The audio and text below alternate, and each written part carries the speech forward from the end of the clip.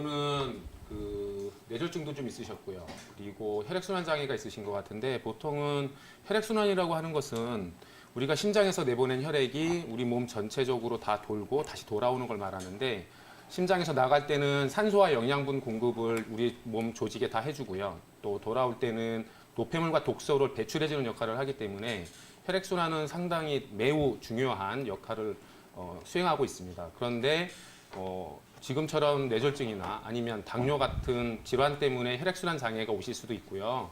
그리고 스트레스, 과로 또는 운동 부족, 그리고 비만 이런 것 또는 규칙적이지 않은 생활 습관 때문에 혈액순환 장애가 오실 수 있거든요. 그렇게 되면 이제 우리가 문제가 되는 게 뭐냐면 우리의 몸에 영양분과 산소 공급도 안 되지만 독소와 노폐물을 배출을 할 수가 없고요.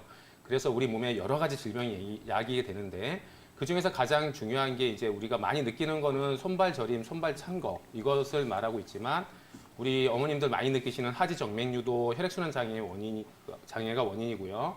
또 하나는 뇌졸중, 뇌혈관이 막히거나 또 출혈이 생기는 것도 혈액순환 장애가 원인이 될 수 있습니다. 네, 이 혈액순환이 장애가 걸렸을 때 단순히 무시하고 넘어갔다가는 정말 다양한 질병에 노출될 수 있다는 사실을 알게 그렇죠. 됐는데요. 그렇다면 원장님, 조금 더 구체적으로 혈액순환 장애가 발생하는 체질의 사람들 어떤 분들일까요? 체질은 우리 한의학에서 말하는 사상 네. 체질에서는 혈액순환이 잘 생기는 체질은 없는 취약한 거고요. 체질은 없나요? 그렇죠. 그러니까 혈액순환이 잘 생기는 우리 시청자분들은 어떤 분들인가를 말씀을 드리면 네. 우선은 이 운동 부족인 분이 대단히 많고요. 아까 지금 방금 말씀드린 것처럼 스트레스나 과로가 많으신 분들도 혈액순환 장애가 많이 오실 수 있고요. 또한 불규칙한 생활 습관, 또 지방식을 좋아하시는 분들, 그래서 고지방식이를 하시는 분들도 혈액순환 장애가 오실 수 있습니다. 또 비만이신 분들도 혈액순환 장애가 많이 오실 수 있기 때문에 이런 체질이라기보다는 생활 습관을 가지신 분들은 혈액순환 장애가 생기지 않도록 많은 노력을 하셔야 될 것 같습니다.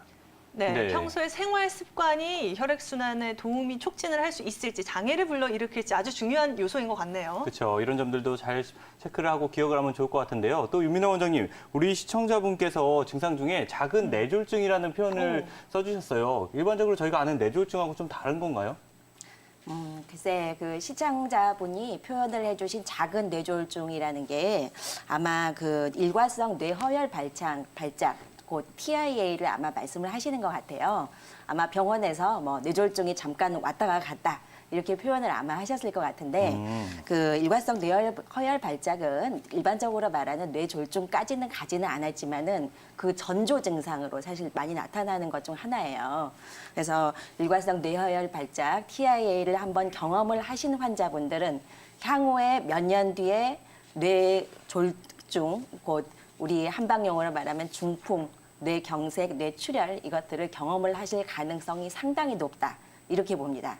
그래서 이것을 한번 경험을 하셨던 환자분들은 너무 가볍게 그냥 넘어가시지 마시고 미리미리 어느 정도 나에게 중풍 전조 증상이 혹시 있는지 이것들을 미리 생각을 해두시고 미리 예방할 수 있는 치료를 꼭 받으시고 생활 관리를 하는 게 정말로 중요하세요. 특히 주변에 뇌경색이나 뇌출혈로 인해서 여러 가지 후유증이나 합병증을 겪고 계시는 분들을 아시겠지만은 그런 분들 보면 아시겠지만 워낙 그 후유증 자체가 심각하신 분들도 많고 또 나중에 정말로 문제가 우리가 지금 뭐 100세, 120세까지 사는 그런 시대를 이미 맞이를 해왔는데 지금 요때 나중에 그 뇌졸중을 한번 경험을 해보셨던 분들은 혈관성 치매가 올 가능성이 상당히 높아집니다. 윤민호 원장님, 그런데 이러한 증상 같은 경우에는 굉장히 빠른 치료가 동반돼야 된다고 저희가 이야기를 많이들 하잖아요. 전조 증상들 또 어떤 것들이 있을까요? 그 중풍의 전조 증상들은 우리 한의학적인 고전에도 문헌에도 여러 가지 증상들이 많이 나와 있는데요. 대표적인 것들이 사지 마목불인, 나의 손과 발이 뻣뻣하고 감각이 떨어진다. 또 가슴이 아주 답답하다. 또 아니면은 눈이 떨리거나 얼굴이 떨린다. 또는 첫 번째나 두 번째 이 손가락이 저리고 감각이 떨어진다. 또는 뭐 뒷목이 좀 뻣뻣한 것 같다. 어지럽고 머리가 아프다. 한쪽 팔다리가 힘이 떨어진다. 이러한 여러 가지 증상들이 있습니다. 그래서 혹시 이러한 증상들이 나에게 있다. 이런 분들은 절대로 간과하지 마시고 한의원, 가까운 한의원에 가셔서 꾸준히 침 치료를 일단은 받으세요. 침이라는 게 이런 머리 쪽에 백회혈을 비롯해서 여러 가지 뇌를 활성화시켜 줄 수 있는 그런 혈자리들이라던가 손발에서 혈자리들, 중풍을 예방할 수 있는 혈자리들이 다 있습니다.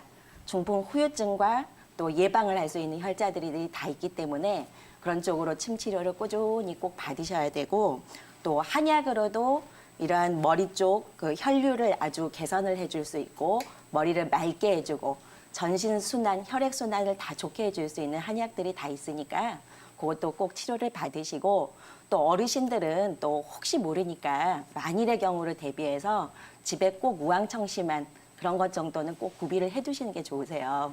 네, 뭐 이 전조 증상이 나타나면 빠른 시일 내에 병원을 방문해서 적절한 치료를 받을 필요가 있을 것 같은데요. 그쵸. 아무래도 이러한 증상들 혈액 순환을 촉진하는 데 좀 초점을 맞춰서 치료를 해야 될 것 같거든요. 윤미나 원장님, 어떤 한방 치료 방법들이 있을까요? 예, 아까 말씀드렸던 그런 침 치료가 상당히 혈액순환 장애에는 아주 효과가 좋죠. 그래서 어르신들, 뭐 한의원들 많이 이용하는 이유가 침, 뜸, 뭐 한약 전부 다 좋다는 거 다 알고 계시기 때문에 가십니다. 그래서 침, 또 약침 중에서도 뭐 봉약침을 비롯한 여러 가지 약침들이 혈액순환 장애에 아주 좋고요. 또 우리 한약을 또 절대로 빼놓을 수는 없겠죠. 또 이런 혈액순환 장애에도 허증과 실증 이렇게 두 가지로 나눠볼 수 있는데 허증으로 인해서 기혈이 아주 부족하고 아주 허약해서 오는 혈액순환 장애에는 뭐 보약을 많이 써야 되는 거는 당연한 거고요. 그리고 실증도 여러 가지 원인들이 있습니다. 어혈에 의한 것인지 아니면 담음에 의한 것인지 스트레스로 인한 것인지 여러 가지 그런 원인들이 있는데 그 원인에 따라서 변증을 해서 그에 맞는 치료약들을 처방을 받아서 드셔야 됩니다. 또한 그 왕뜸이라는 게 우리 아랫배 단전, 배꼽 아래 한 5cm 정도 되는 관원열에 꾸준히 일주일에 한 두세 번 정도 꾸준히 떠주시면은 아랫배가 따뜻해지면서 특히 하체 쪽으로 혈액순환이 아주 좋아지세요. 그래서 우리 시청자 이 아버님처럼 발이 많이 저리다 하시는 분들은 왕뜸 꾸준히 뜨시는 것도 아주 좋겠죠. 또 부항이라는 게 그냥 한의원에서 부항해주니까 시원하고 좋다 이렇게들 생각들을 많이 하시겠지만은 부항이라는 거는 사실은 우리 등에 보면은 족태양 방광경이 쭉 흘러가고 있습니다. 근데 족태양 방광경에는 간신, 비폐신 등 오장육부와 연관되어 있는 혈자리들이 거기에 다 분포를 하고 있어요. 그래서 부항을 그 치료를 받으시면은 오장육부가 전부 다 편안하게 풀어줄 수 있는 그런 효과까지 사실 있는 게 부항입니다. 그래서 이런 것들도 역시 혈액순환 장애에 너무너무 좋고요. 그래서 이러한 여러 가지 방법들이 다 있기 때문에 한의원에서 꾸준히 치료를 받는 것이 아주 중요합니다. 네, 이러한 한방 치료 방법들도 잘 기억하시면 좋을 것 같습니다. 또 어떤 증상이건 간에 또 생활 관리가 굉장히 중요하잖아요. 그렇죠. 윤우희 원장님, 평상시 혈액순환을 좋게 만들 수 있는 생활 관리 어떤 것들이 있을까요? 네, 평상시에 우리가 혈액순환을 잘 되게 만들려면 우선은 불규칙한 식생활을 하지 마시고 규칙적인 생활, 또 식습관도 올바르게 하셔야 되고요. 그리고 가장 중요한 거는 자세, 그리고 운동, 또한 충분한 수분 섭취가 필요합니다. 자, 충분한 수분 섭취는 저희가 늘 말씀드리지만 체중에다가 곱하기 0.03을 해서 그 나온 양을 드시면 된다고도 하고요. 하루 8잔 정도의 물을 마시면 좋다고도 합니다. 이렇게 수분 섭취를 충분히 하셨을 경우에는 우리 몸속에 있는 노폐물과 독소가 잘 배출이 되기 때문에 혈액순환에 도움이 됩니다. 조금 더 말씀을 드리면 몸이 좀 차고 냉하신 분들은 생강이나 아니면 생강을 말리셔서 살짝 볶으셔서 차로 드시면 더 좋을 것 같고요. 몸이 좀 열이 많으신 분들은 오히려 녹차를 드시면 좋을 것 같습니다. 최근 통합암학회에서는 그린티라고 해서 건강기능식품 중에 녹차가 가장 암 효과가 있는 걸로 이렇게 또 보고된 바도 있고요. 그리고 이제 또 부족한 거는 우리가 항상 늘 폭식이나 야식, 또 이 과식에 늘 유혹을 받고 있는데 이 부분을 항상 주의해야 될 것 같습니다. 고지방식이, 그리고 인스턴트 식품, 또 밀가루를 너무 탄수화물을 과량 섭취했을 경우에는 우리 혈액 속에 콜레스테롤 수치가 많이 올라가기 때문에 그러면 혈액의 흐름이 나빠지고 또 동맥경화가 오시기 때문에 뇌졸중이나 하지정맥류 같은 정맥에도 이상이 오기 때문에 이런 질환이 발생할 수 있으니까 항상 주의하셔야 될 것 같습니다. 자, 이런 식품을 또는 이런 식생활을 하지 않으신다 그러면 무엇을 드셔야 되느냐? 우리가 불포화 지방산이 많은 과일이나 채소 또 들기름, 참기름 우리 많이 먹잖아요. 그런 식물성 기름 위주로 드셔주시고 그리고 견과류도 좋고요. 과일이나 제철 채소 많이 드시면 좋을 것 같습니다. 운동은 유산소 운동이 좋은데요. 유산소 운동 걷기나 가벼운 조깅 정도 권해드리고요. 근육은 우리 심장, 즉 제2의 심장이라고도 합니다. 그래서 근육이 좀 발달을 해야 몸에서 심장에서 나온 혈액이 다시 심장으로 제대로 돌아갈 수 있기 때문에 우리가 운동 또한 대단히 중요하다고 말씀드릴 수 있겠습니다. 네, 뭐 여러분들도 한 번 이상쯤은 들어봤던 생활관리법이지만 간과하면서 좀 실천하기 어려운 경우가 많잖아요. 그쵸. 조금 더 노력이 필요할 것 같습니다. 자, 또 여기서 저희가 이야기를 끝내기는 조금 아쉽겠죠. 우리 윤미나 원장님 하면 뭐가 떠오르나요?